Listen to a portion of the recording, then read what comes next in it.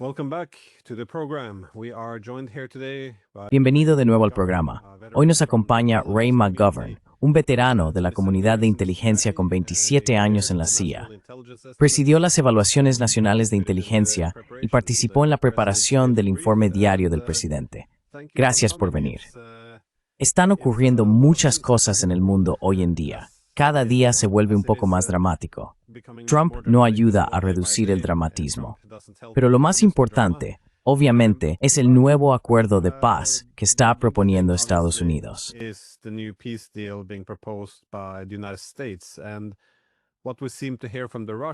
Lo que parece que oímos de los rusos, o al menos lo que he estado escuchando en las últimas semanas, es que se reunieron en Alaska. Rusia y Estados Unidos parecían haber llegado a un entendimiento común, y luego se marcharon con el plan de que Estados Unidos prepararía algo, una propuesta basada en lo que discutieron en Alaska.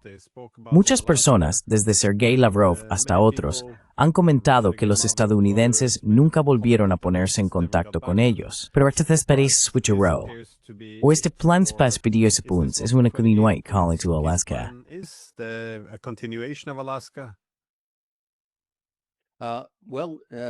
Putin says it is. Bueno, Putin dice que lo es, así que de facto y de jure lo es. Muchos de nosotros nos sorprendimos de que Putin lo aceptara. Pero ya sabes, si miras el contexto y amplías un poco la perspectiva y escuchas lo que dicen los líderes rusos, han afirmado de forma constante que su prioridad principal es crear una relación decente con Estados Unidos. Otras cosas, Ucrania, que se una a Israel para atacar a Irán, no les gustan, a los rusos no, pero son consideraciones secundarias. Ahora bien, cuando tuvo lugar la cumbre en Anchorage, se alcanzaron acuerdos. Trump prácticamente entró sabiendo cuáles serían los acuerdos, porque Witkoff los había esbozado. Habló con Putin durante creo unas 6 horas en aquel momento, como 2 días antes.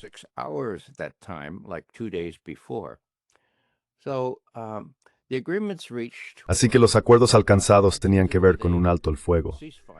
Trump fue allí. De hecho, en el avión habló con un reportero de Fox News y dijo algo como: estaré terriblemente decepcionado si no conseguimos algo parecido a un alto el fuego inmediato. Bueno, él sabía de antemano que solo había una posibilidad muy remota. Si realmente planteó eso a Putin, y me imagino que lo hizo, Putin probablemente le dijo: no, creíamos que ya habíamos hablado de eso. No va a suceder, ¿de acuerdo?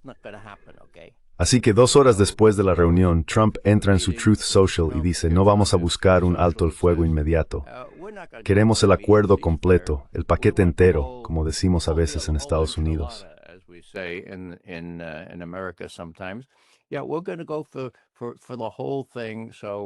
Sí, vamos a ir a por todo. Así que, alto el fuego inmediato, olvídalo. El otro punto clave, por supuesto, fue que Trump aceptó que no permitiría que los ucranianos sabotearan los avances sobre Ucrania. Suena raro, ¿verdad? No permitiría que el líder de Ucrania lo saboteara. Sí, bueno, así fue. Zelensky iba a quedar fuera de esto y apartado. Y no hubo un ejemplo más claro de lo que Trump tenía en mente, y también Putin, que aquella reunión que yo llamo los 7 enanitos. Justo desde Alaska, un par de días más tarde, Trump reunió a sus 7 enanitos. Y no es que él fuera Blancanieves, ni mucho menos, pero dijo: mirad, chicos, así están las cosas.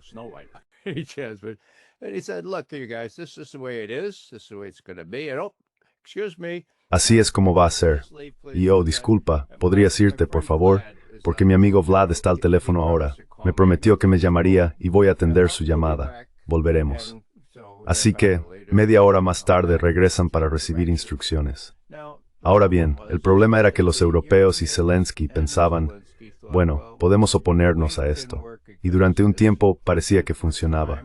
Los sectores más duros de Washington, como Keith Kellogg, el enviado especial para Ucrania le decía al mundo que Ucrania estaba ganando, que los rusos estaban perdiendo, que la economía rusa se estaba desplomando así.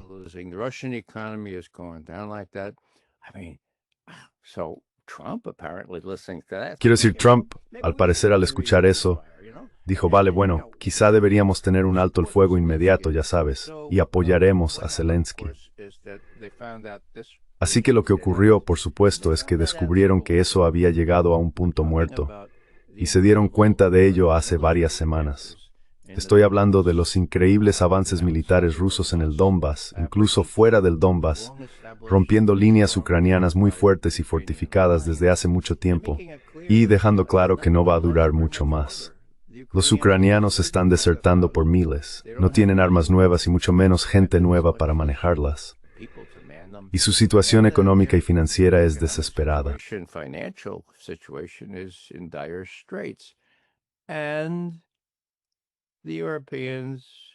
Y los europeos, por mucho que se golpeen el pecho, no tienen los medios para ayudar a Ucrania. Así que, ¿qué pasó? Finalmente, cuando se rompió la línea en Pokrovsk, cuando se rompió en Volchansk, quedó claro que solo era cuestión de tiempo antes de que Rusia dominara todo el frente. ¿Fue algo repentino? No.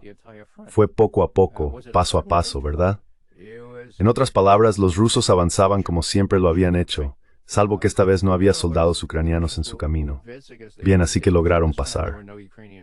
Lo otro que realmente se relaciona con esto, en mi opinión, y probablemente sea la única parte que entra más en el terreno de la especulación, es que vinculo las investigaciones y revelaciones sobre corrupción con los compinches de Zelensky sentados en retretes dorados.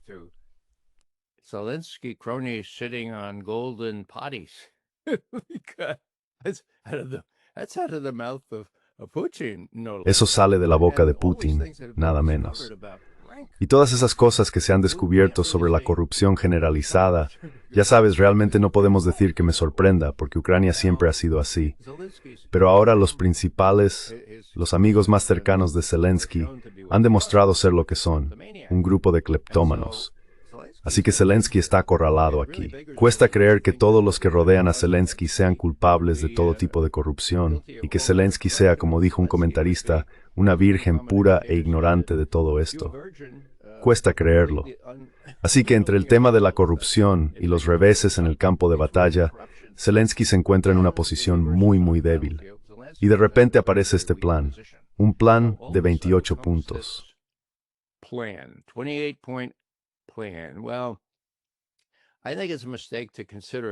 Bueno, creo que es un error considerarlo un plan. En realidad es un punto de partida. La palabra rusa para plan también significa algo así como un horario o un esquema. Ya sabes, son puntos de conversación entrelazados por Kirill Dmitriev y Witkoff, ¿de acuerdo? Sabemos que Witkoff fue a Florida para reunirse. Quiero decir que Dmitriev fue a Florida para reunirse con Witkoff el mismo día en que Trump impuso más sanciones. Así que ya sabes, fue algo muy extraño. Pero lo debatieron de 3 días, si no recuerdo mal, y llegaron a esto. Yo no lo llamo un plan, digamos que son puntos de conversación. Solo sirve como introducción. Ahora, todo el mundo dijo, Dios mío, eso es un popurrí, un buffet, es una locura.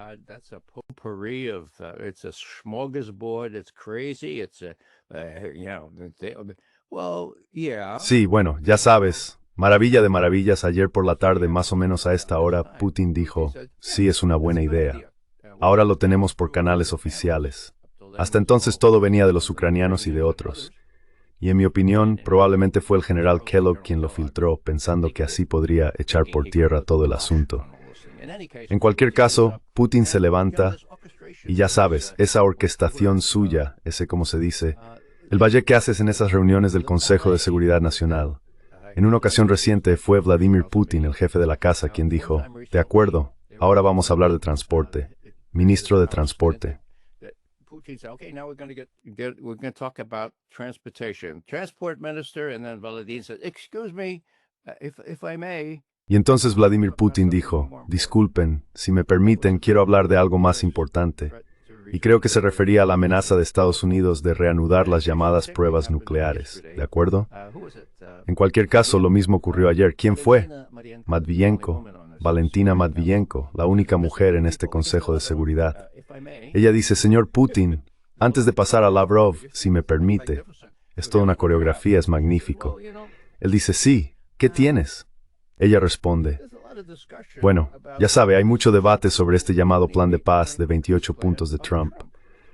Puedo preguntarle qué piensa de todo esto, su actitud y cómo se relaciona. Esto es clave, con sus recientes conversaciones con el presidente Trump en Alaska. To your recent talks with President Trump in Alaska. Well, this is worth repeating, not verbatim, but Bueno, esto merece ser repetido, no literalmente, sino en esencia. Putin dice, tienes razón, antes de la reunión en Alaska y durante las discusiones preliminares, la parte estadounidense nos pidió hacer un par de concesiones, algunos compromisos, así que mostramos nuestra flexibilidad. El punto principal de la reunión en Alaska fue que confirmamos que se trataba de cuestiones complicadas y estábamos dispuestos a mostrar esa flexibilidad. Sin embargo, después de la reunión en Anchorage, hubo una cierta pausa por parte de los estadounidenses. Y entendemos, esto lo dice Putin, que esto está relacionado con la negativa de facto de Ucrania, el rechazo del plan de paz propuesto por el presidente Trump. Rejection of the peace plan proposed by President Trump. And I believe this is precisely why a new version has emerged. Y creo que precisamente por eso ha surgido una nueva versión. Básicamente, este calendario, esquema o plan actualizado, si se quiere, compuesto por estos 28 puntos. Ahora, según creo, Putin dice que podría servir como base para un acuerdo de paz definitivo.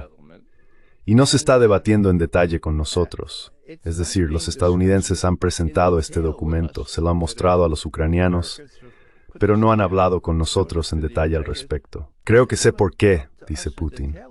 Puedo imaginarme por qué. La razón es que, en mi opinión, la administración estadounidense no ha logrado obtener el consentimiento de la parte ucraniana.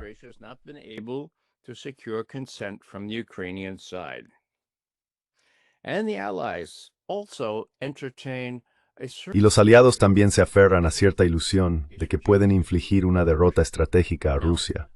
Ahora bien, atribuyo esto, dice Putin, a una falta de competencia. Pero no entraré en eso ahora, añade. Más bien, se debe a la ausencia de información objetiva sobre la situación real sobre el terreno. Por último, parece que ni los ucranianos ni los europeos saben lo que está ocurriendo sobre el terreno en Volchansk y en todas esas otras zonas. Por ejemplo, el 4 de noviembre Zelensky dijo, esto fue hace apenas 2 semanas, que no había más de 60 fuerzas rusas en Kupiansk. Sin embargo, me gustaría informarles de que teníamos toda la ciudad ocupada en ese momento, el 4 de noviembre. Eran solo nuestros muchachos. Supongo que así es como lo expresa.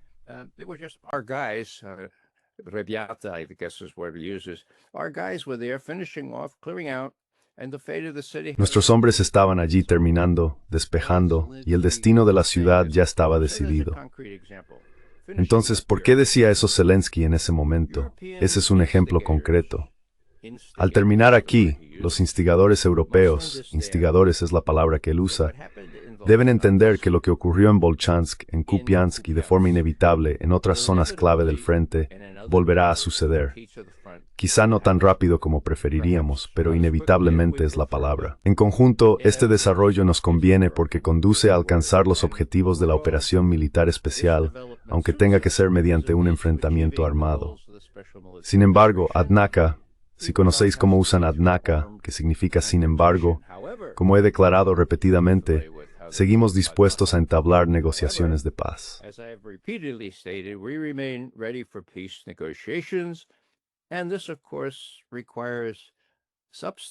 Y esto, por supuesto, requiere debates sustantivos y significativos sobre todos los aspectos del esquema propuesto, plan o lo que sea. Estamos preparados para ello. Ahora, pasemos a los temas propuestos para el debate en nuestro Consejo de Seguridad de hoy. Ministro Lavrov, ahora bien, hay mucho contenido en eso. Y, por supuesto, Putin tiene bastante razón al decir que Estados Unidos detuvo su promesa en Alaska para asegurarse de que Zelensky no sabotease todo el proceso en adelante y dejó la cuestión en manos de los europeos. Y a su manera voluble, dijo, sí, deberíamos tener un alto el fuego inmediato. Pero ya sabes, no hay que prestar atención a lo que dice la prensa en Occidente, ni a lo que dice el Financial Times.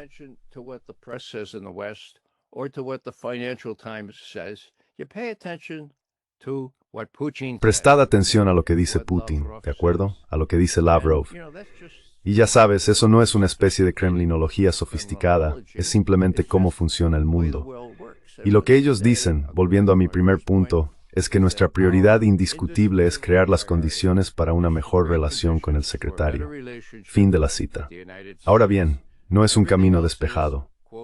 Ni siquiera conseguimos que acepten devolver la propiedad que Obama confiscó justo antes de dejar el cargo, y ni siquiera logramos establecer vuelos directos. Así que esto es realmente difícil, pero lo estamos haciendo, y esa es nuestra prioridad. Ucrania, estamos esperando. Esto va a tardar un poco más, pero ahora tenemos una especie de esquema con el que trabajar.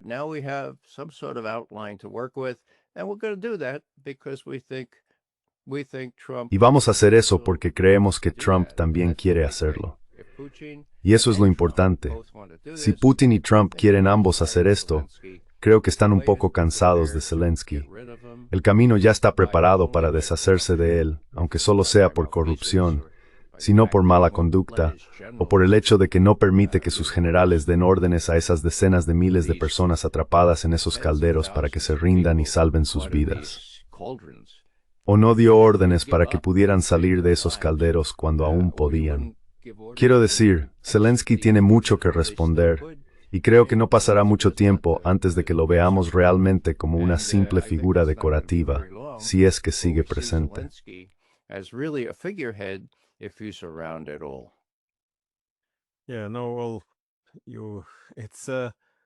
Sí, bueno, en cierta medida tiene algo de sentido esa reticencia a retirarse de los calderos y las ciudades cuando ya es evidente que se han perdido.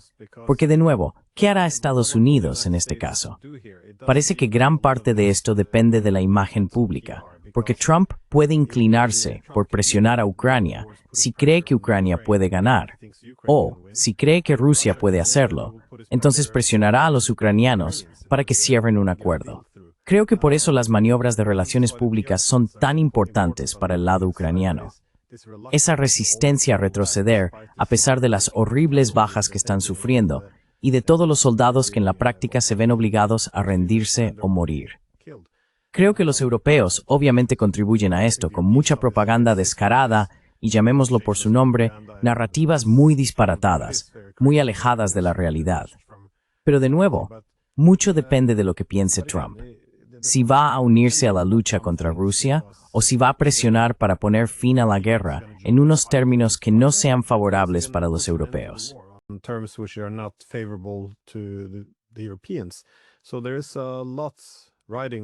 Así que hay mucho en juego con esta narrativa. Puedo entender por qué las relaciones públicas son tan importantes, por qué quieren aferrarse a las ciudades a pesar de las pérdidas horribles. El problema, por supuesto, es que se trata de una guerra de desgaste. Es una ganancia a corto plazo en términos de mantener la narrativa, mientras consumen aún más fuerzas ahora. Pero esto plantea la pregunta, ¿Trump lo sabe realmente? Mencionaste la cuestión de si está recibiendo o no información objetiva. Y de nuevo, esto es interesante, porque durante la primera administración de Trump, supimos que los generales y la gente del ejército intentaban controlar la información que él recibía, porque si puedes controlar la información, puedes influir en su toma de decisiones. Pero de nuevo, ahora estamos entrando en tu terreno, tu especialidad, tu experiencia de décadas como analista centrado en la Unión Soviética y Rusia. ¿Cómo evalúas la posición de Trump? ¿Crees que está plenamente informado sobre lo que está ocurriendo? Porque nunca estoy seguro de a quién podría estar engañando. Quiero decir, la paz con los rusos es muy impopular en muchos sectores. Zelensky no la quiere, los europeos no quieren ninguna paz, y los halcones de Washington tampoco la quieren. Entonces, ¿los está engañando a ellos o está engañando a los rusos? Porque lo que se oye desde Rusia siempre es lo mismo.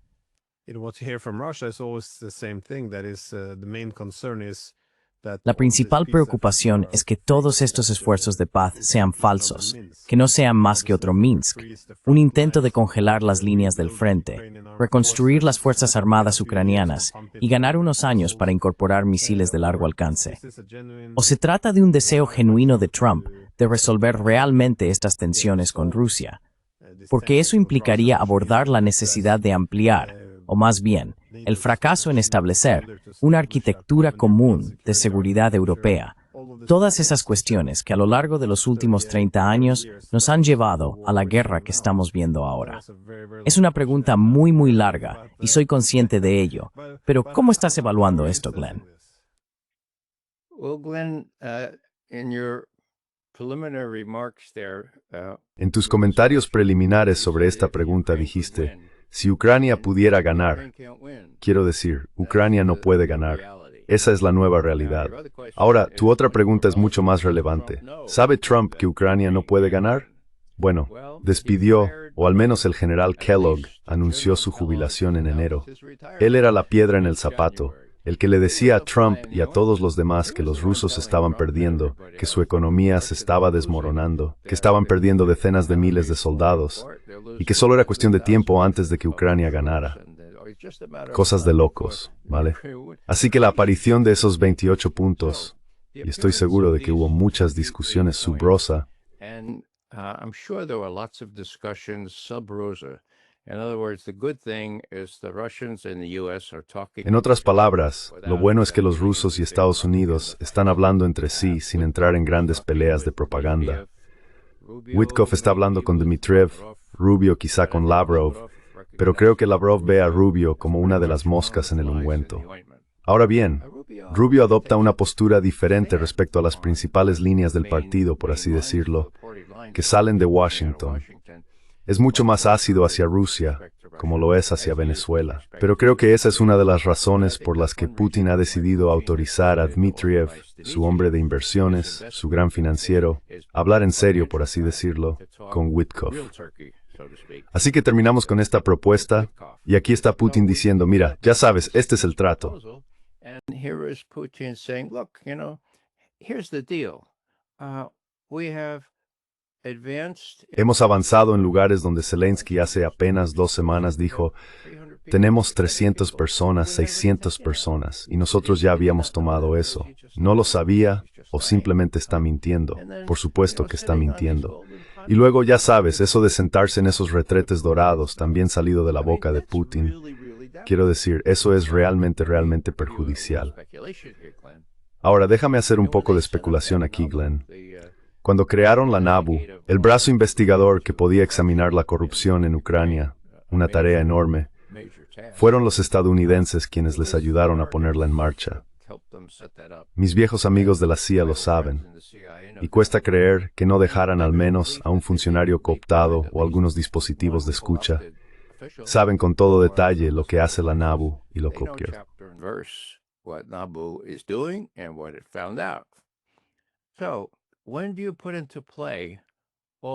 Entonces, ¿cuándo sacas a relucir todos esos horrendos cientos de millones de dólares desviados del dinero destinado a las posiciones defensivas tan necesarias para las fuerzas ucranianas? ¿Cuándo lo planteas? Pues cuando quieres atrapar a Zelensky. Ahora está perdiendo en el campo de batalla. Está perdiendo la batalla de la opinión pública aquí. Me parece que incluso en Ucrania están empezando a hacer todo tipo de preguntas embarazosas. Cuesta creer que él estuviera por encima de todo esto, tan puro como la esposa de César, por así decirlo. Así que creo que lo tienen donde él mismo reconoció ayer. No puedo ofender a mis amigos. No voy a perder a mis amigos. Y por eso creo que la idea de Trump es bastante buena. Y pienso que si Zelensky quiere salvarse y no opta por marcharse a la Riviera italiana, será más maleable que nunca.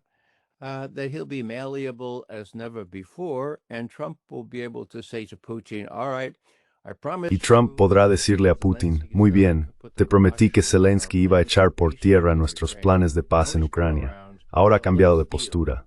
Así que tratemos, reunámonos y negociemos de verdad. Ahora bien, hay muchas cosas extrañas en todo esto, 28 puntos. Pero aún más extraño es que Trump diga, ahora me gustaría tener esto para el día 27, es nuestro día de acción de gracias, así que ya sabes, hagamos que esté listo para el 27. Pues bien, aquí está Putin, como cité, diciendo, mira, esto requerirá una conversación de fondo, va a llevar un tiempo. Así que en mi opinión no va a pasar nada para el día 27, a menos que se trate de un acuerdo formal para abordar este calendario, esta agenda, este plan de paz conjuntamente, Estados Unidos y Rusia, y tratarlo con verdadera seriedad y con negociadores de muy alto nivel. Eso creo es bastante posible.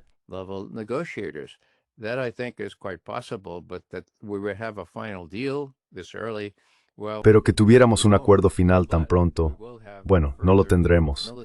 Pero sí habrá nuevos avances militares a lo largo de la línea del frente. Ahora, es solo cuestión de tiempo antes de que los ucranianos se queden sin fuerzas. Están desertando por miles, y los que están en la caldera finalmente tendrán que levantar las manos y decir, de acuerdo, no tenemos órdenes de rendirnos, y espero que nadie me dispare por la espalda. Pero bueno, cuídame. ¿Quieres rusos? Eso va a ocurrir. Ocurrirá a lo largo de varias semanas, pero las negociaciones en sí tendrán que desarrollarse de esa manera. Y una de las disposiciones, por supuesto, es que Ucrania no formará parte de la OTAN, no será miembro de la OTAN.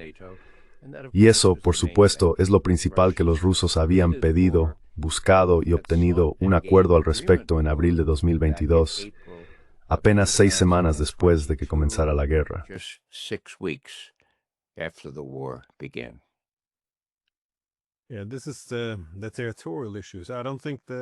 Sí, esto trata sobre las cuestiones territoriales.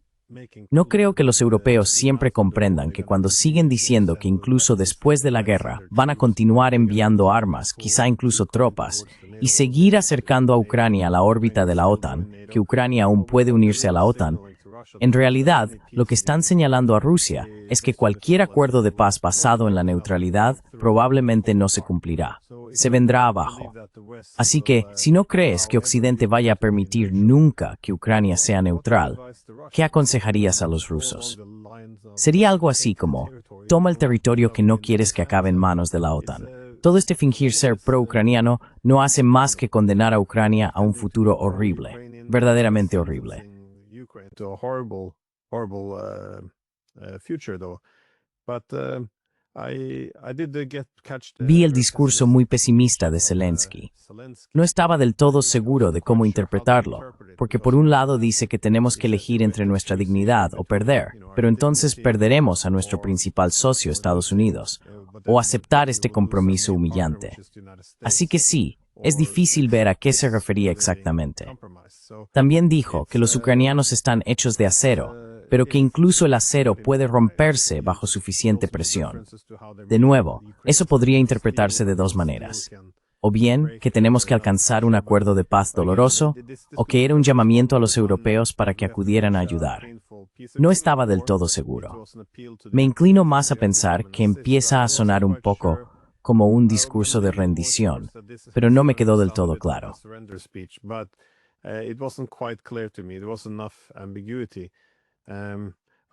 No había suficiente ambigüedad.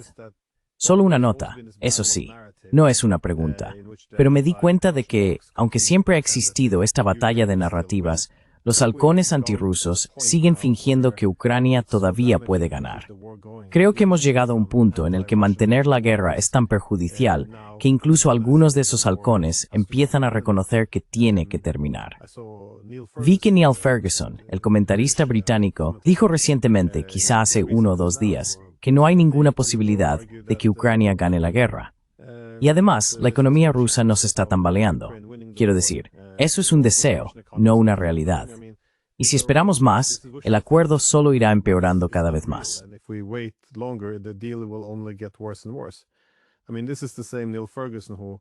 Quiero decir, este es el mismo Niall Ferguson, que ya sabes, entrevistó a algunos funcionarios estadounidenses y británicos y escribió aquel artículo en marzo de 2022, donde sostenía que el Reino Unido y Estados Unidos solo aceptarían un cambio de régimen en Moscú como resultado político aceptable, algo que más o menos Zelensky también confirmó.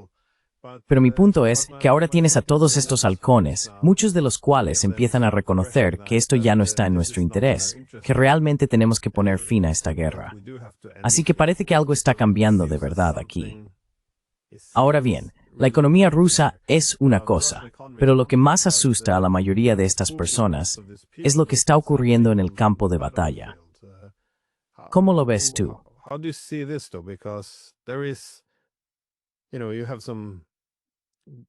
Sabes, antes hubo algunos avances graduales de los rusos, pero lo que estamos viendo ahora se siente muy diferente. La línea defensiva principal a lo largo de todo el frente parece desmoronarse, y no parece haber mucho detrás de ella. ¿Crees que el deseo, o el incentivo de los rusos de seguir luchando les convencerá de no llegar a un acuerdo aquí?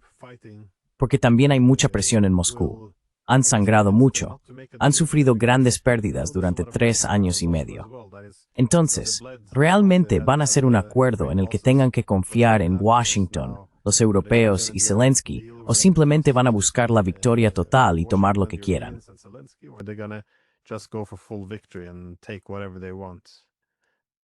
Well, on the trust issue, Glenn, Doverai no- Bueno, sobre el tema de la confianza, Glenn, ya sabes lo que significa, confiar pero verificar. En realidad, fueron Nixon y Kissinger, y yo estaba allí. Me remonto al Tratado ABM de 1972, ¿de acuerdo?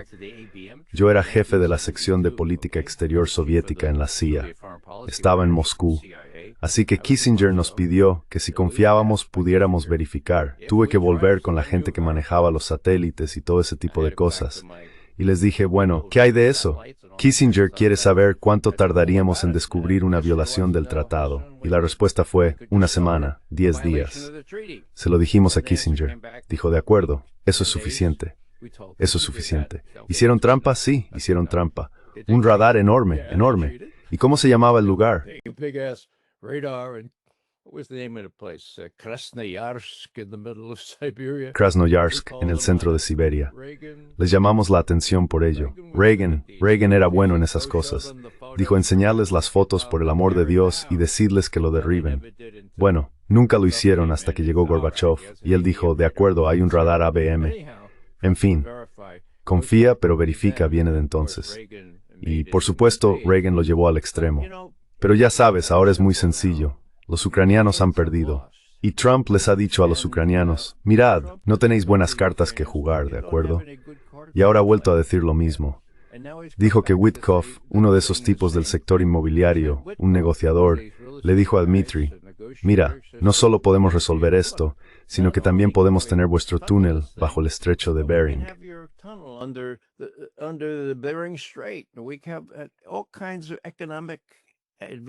Tenemos todo tipo de ventajas económicas al mantener una relación decente. Ahora bien, eso no va a suceder pronto. Se podría construir el túnel, pero antes habría que desarrollar mucha infraestructura. Así que hay oportunidades. Y por supuesto, Trump y Witkoff se sienten atraídos por esas oportunidades. En definitiva, fueron los europeos quienes dieron a Zelensky motivos para creer que podía resistir lo que salió de Anchorage. Bien, ahora estoy culpando a los europeos por eso. Pero seamos justos. Fue Joe Biden quien hizo creer a los ucranianos que estaríamos con ellos todo el tiempo que hiciera falta. Obama, antes que Biden fue su vicepresidente, debería haber aprendido algo. Biden was his vice president, should have learned something. Obama warned, look, the worst thing we can do for the Obama advirtió, mira, lo peor que podríamos hacer por el pueblo ucraniano sería darles la idea de que podrían imponerse a una Rusia mucho más fuerte, justo en sus fronteras. Así que no les deis armas ofensivas, dice Obama.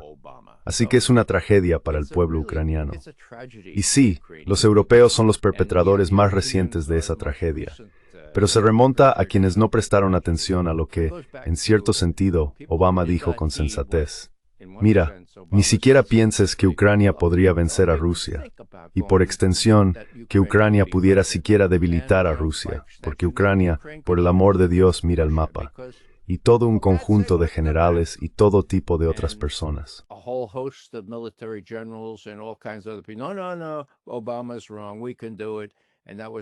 No, Obama se equivoca, podemos hacerlo. Y eso fue una locura. Así que ahora son los europeos. ¿Qué tienen los europeos? ¿Tienen misiles? ¿Tienen dinero?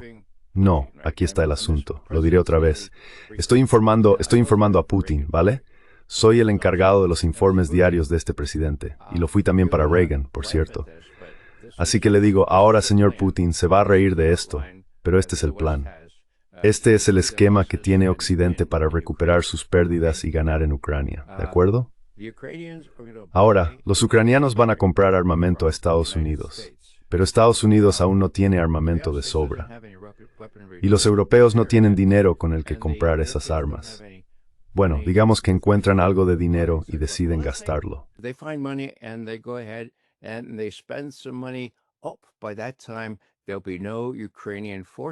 Oh, para entonces, No habrá fuerzas ucranianas a las que entregárselas. Así que ese es su plan. No sonrías. Mira, te lo digo, ese es su plan. Una locura, claro que es una locura. No tienen cartas y los europeos van a ceder. Predigo que se alinearán en un par de semanas y apoyarán a Zelensky porque no tiene otra opción que hacer lo que dijo ayer que haría. Ahora bien, estoy de acuerdo en que fue ambiguo. Fue intencionadamente y engañosamente ambiguo, ¿de acuerdo? Pero sí dijo que no quería perder a su mejor amigo en Estados Unidos. Pensó que las propuestas de Trump eran realmente buenas, ¿vale? Y seamos sinceros, es un gran actor. Quiero decir, debería haberse quedado en el escenario, por el amor de Dios.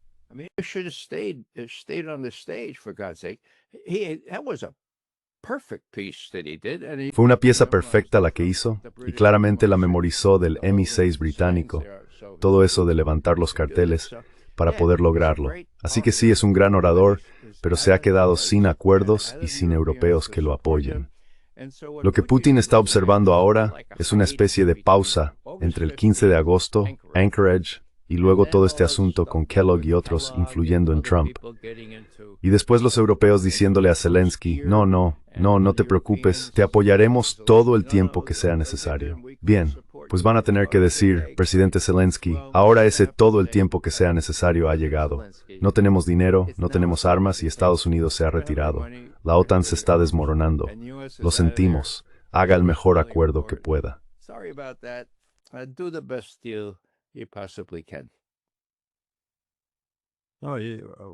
Por cierto, es un buen actor.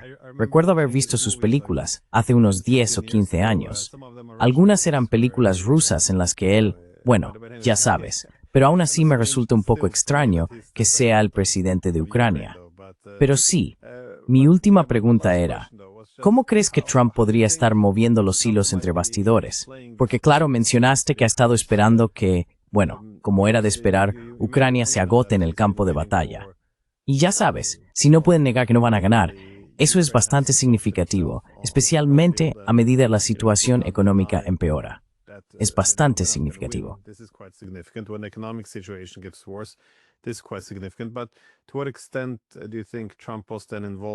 Pero ¿hasta qué punto crees que Trump estuvo implicado o quizá ayudó a facilitar o aprovecharse del escándalo de corrupción?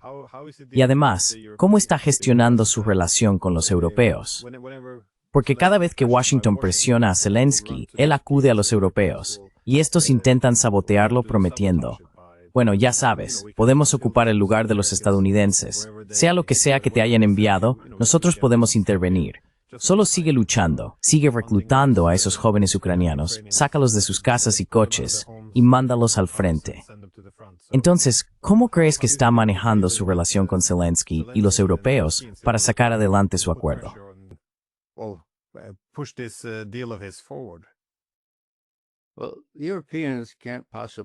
Bueno, los europeos no pueden compensar de ninguna manera a Estados Unidos. Uno de los verdaderos efectos secundarios de todo esto es que la OTAN se está desmoronando. Vale, está en Hungría, Eslovaquia, la gente que dice, mira, Estados Unidos tiene razón, por el amor de Dios, acabad con esta guerra. Luego está el asunto de la energía. Ya sabes, poco a poco los europeos se darán cuenta de cuánto los han engañado, de cuánto los han manipulado. La destrucción de los gasoductos Nord Stream, Dios mío. ¿Se supone que debemos creer que un par de ucranianos y una enfermera en un velero hicieron eso? Tarde o temprano a los europeos les caerá la ficha de que los han tomado el pelo. Ahora, ¿qué les queda?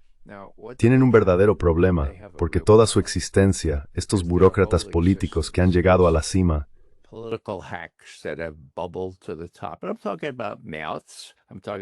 y estoy hablando de Bocas, estoy hablando de Macron, estoy hablando de Starmer. Quiero decir, son unos burócratas políticos. No saben nada de relaciones exteriores. Así que lo que harán ahora será simplemente decir, bueno, de acuerdo, intentamos ayudar a los ucranianos. Pero Dios mío, ¿qué tipo de reacción vamos a tener en nuestros propios países? Dijisteis que valía la pena gastar estos miles de millones y mirad, nuestra red de protección social tiene agujeros ahora por lo que está ocurriendo aquí. En otras palabras, su objetivo principal es mantenerse en el poder. Podrían perderlo si resulta que esto fue una mala aventura. Y eso es una forma amable de decir una pérdida total. un desastre absoluto por parte de los europeos occidentales, que fueron persuadidos por gente como Joe Biden. Persuaded by the likes of Joe Biden, Tony Blinken, and what's his name, Sullivan. Tony Blinken y cómo se llama Sullivan fueron persuadidos para unirse a esto. Quiero decir, ¿es que no tienen mapas en Europa? Por el amor de Dios. ¿No escucharon lo que advirtió Obama? Un pequeño añadido aquí, puede que ya te lo haya mencionado antes, no lo recuerdo, pero solo para mostrar qué tipo de liderazgo ha tenido Estados Unidos. Cuando Obama dijo, mira, tenemos que ser prudentes, tenemos que tener cuidado con lo que elegimos como cuestiones existenciales. Ucrania no es una cuestión existencial, no es una cuestión central, no es un gran asunto estratégico para nosotros. Para los rusos, sí lo es. Por lo tanto, lo peor que podemos hacer, como ya dije antes, es darles a los ucranianos la idea de que podrían imponerse en una lucha militar contra Rusia.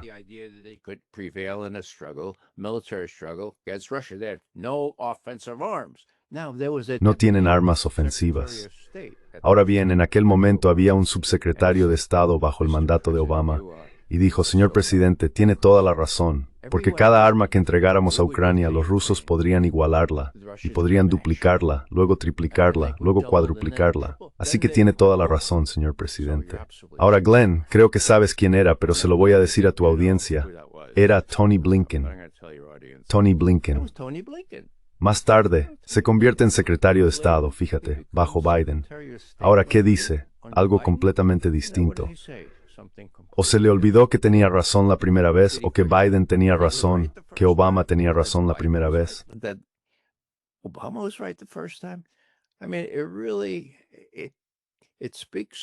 Quiero decir, esto realmente dice mucho sobre la calidad del liderazgo occidental, incluido el régimen de Biden y gran parte del régimen de Trump. Solo quiero volver a lo que dijo Putin ayer. Ya sabes, habló sobre la ilusión de que la gente cree que puede infligir una derrota estratégica a Rusia. Sí, y luego dice, ahora, creo que esta ilusión, seamos sinceros, esta ilusión es lo que está detrás de todo esto. Biden. Bien, Kellogg, aquí está. Creo que esta ilusión no es tanto el resultado de una falta de competencia. No de una falta de competencia, no entraré en eso ahora, sino que también proviene de una ausencia de información objetiva. But it also stems from an absence of objective information. Now, he's right on both counts, okay? Ahora, tiene razón en ambos aspectos, ¿de acuerdo? Competencia insuficiente. No quiere entrar en eso. Es como ya sabes, preterición, lo de siempre. No quiero mencionar la competencia insuficiente. Pero el punto aquí es que, mira, esta gente no sabía lo que estaba haciendo. Les advertimos. Intentamos llegar a acuerdos con ellos. Y por último, me gusta dejar a la gente con esta verdad, ¿de acuerdo? Esta verdad. Cuando Rusia invadió Ucrania, eran claras las situaciones en Donetsk y Lugansk, el bombardeo de los rusos, o mejor dicho, de los hablantes de ruso, la concentración de un ejército ucraniano entrenado y armado por la OTAN en la frontera de esa zona. ¿Eran claras? ¿Claras? Bueno, no lo eran.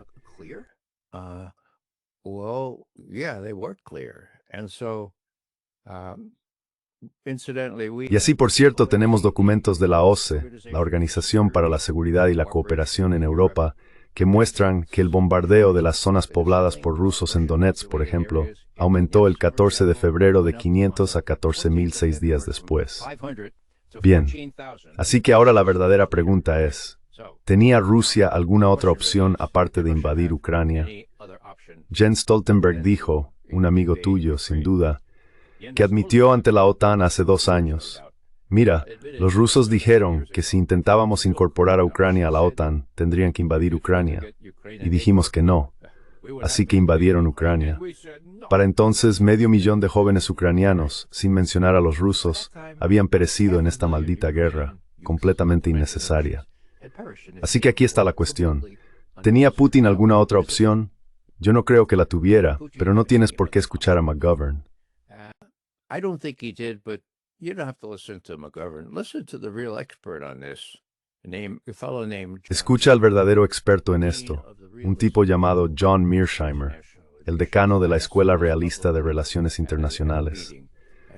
Le pregunté esto públicamente en una reunión y él dijo, Mira, todo lo que hizo Putin después de que se firmaran los acuerdos de Minsk fue para asegurarse de no tener que invadir Ucrania. Pero Minsk, como sabemos por los propios implicados, Angela Merkel y François Hollande, fue una farsa, solo para dar tiempo a Ucrania a reforzar su ejército hasta alcanzar los estándares de la OTAN. Sí, así fue, dice Mearsheimer. No creo que Putin tuviera otra opción que invadir Ucrania. ¿Y por qué lo hizo? Bueno, esperaba asustar de verdad a Zelensky. ¿Y ocurrió eso? Sí, ocurrió. Zelensky nombró a su mejor amigo para negociar, David Arakhamia.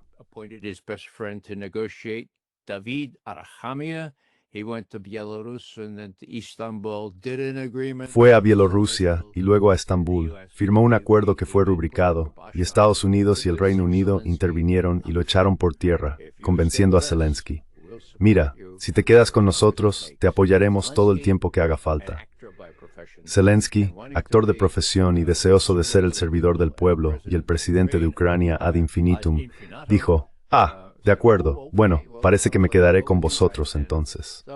No puedo expresar lo avergonzado que me siento de que los estadistas occidentales, desde Biden hasta todos esos europeos que están por ahí ahora, esos burócratas políticos, sean responsables de la muerte de alrededor de 1 millón de jóvenes europeos.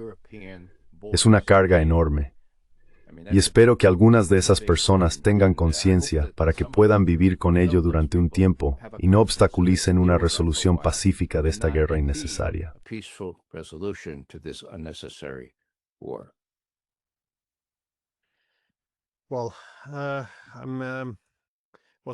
Bueno, se suponía que esa iba a ser la última pregunta, pero permíteme añadir una más. ¿Qué tan optimista eres respecto a que esto pueda realmente poner fin a la guerra? Porque de nuevo, con Trump parece que va de un lado a otro. Y por supuesto, si no logra avanzar, podría simplemente rendirse. Hay muchas variables inciertas en juego, así que siempre hay que tener cuidado al mirar en la bola de cristal. Pero dado que esta era tu profesión, deberías hacer algunas predicciones basadas en lo que estás observando. ¿Qué probabilidad crees que hay de que este plan de 28 puntos funcione realmente como un formato para futuras conversaciones? Y podría realmente conducir al fin de la guerra. Porque a medida que las líneas del frente se derrumban, Zelensky y los ucranianos podrían mostrarse más dispuestos a hacer concesiones dolorosas.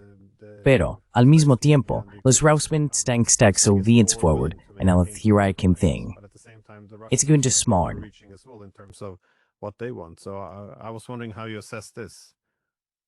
Well, let me put myself in the position. Bueno, permítame ponerme en el lugar del encargado del informe diario del presidente para Putin. Señor Putin, hoy las cosas pintan bien. Trump ha entregado a Witkoff y a Dmitriev la responsabilidad de llevar la iniciativa en estas negociaciones. La situación parece mucho mejor que hace apenas un mes. Ahora, señor Putin, he consultado con mis colegas, incluidos los psicólogos del Kremlin y de nuestro servicio, y me dicen que la palabra clave es voluble. ¿De acuerdo? Esa es la palabra para describir a Trump. Ahora bien, el dios romano Mercurio era el patrón de los timadores, ladrones y tramposos, ¿de acuerdo? Eso por un lado.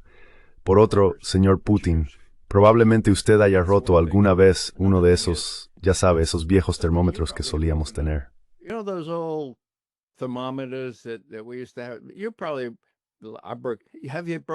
Probablemente, ¿has roto alguna vez uno? ¿Sí? Vale. ¿Recuerdas cómo salía el mercurio y tratabas de recogerlo o moverlo con guantes o algo así, pero se rompía en pequeñas bolitas y rodaban por todas partes? Eso es ser mercurial. Así que, por favor, estamos haciendo lo mejor que podemos en nuestro servicio de inteligencia y tenemos que advertirte que, como probablemente sabes, no necesitas que te lo diga, mercurial es la palabra para Trump. Es realmente difícil de predecir, pero la fuerza sobre el terreno, las victorias en Ucrania, la falta de dinero, el hecho de que los europeos son ineficaces, y al final, Zelensky va a tener que reconocerlo.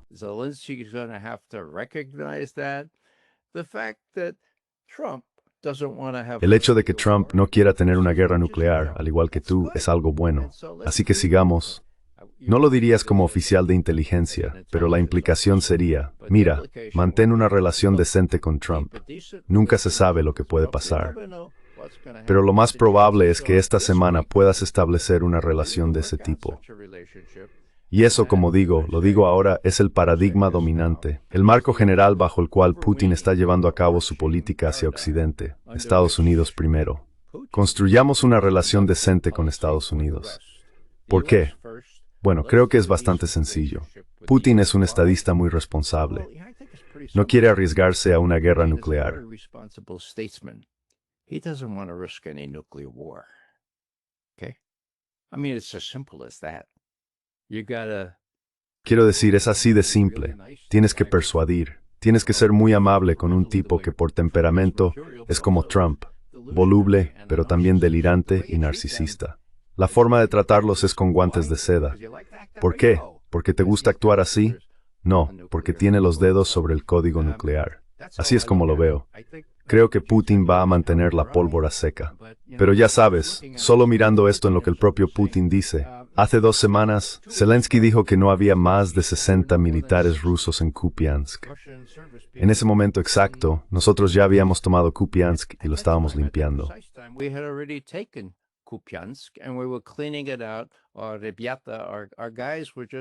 Nuestros muchachos simplemente estaban haciendo un gran trabajo limpiando a los ucranianos que no tuvieron el buen sentido de marcharse. Así que esto va a volver a suceder una y otra vez. Como siempre dicen los rusos, los hechos sobre el terreno van a dictar la resolución de este asunto. En mi opinión, los europeos no son un factor. Quiero decir, ni siquiera se les incluyó en nada de esto. Y Kulis y todos esos otros pueden hacer mucho ruido. Solo espero que Stoltenberg y otros de su misma calaña mantengan la boca cerrada y dejen que esto avance hacia una solución pacífica, dado su papel poco honorable en llevarnos hasta donde estamos ahora.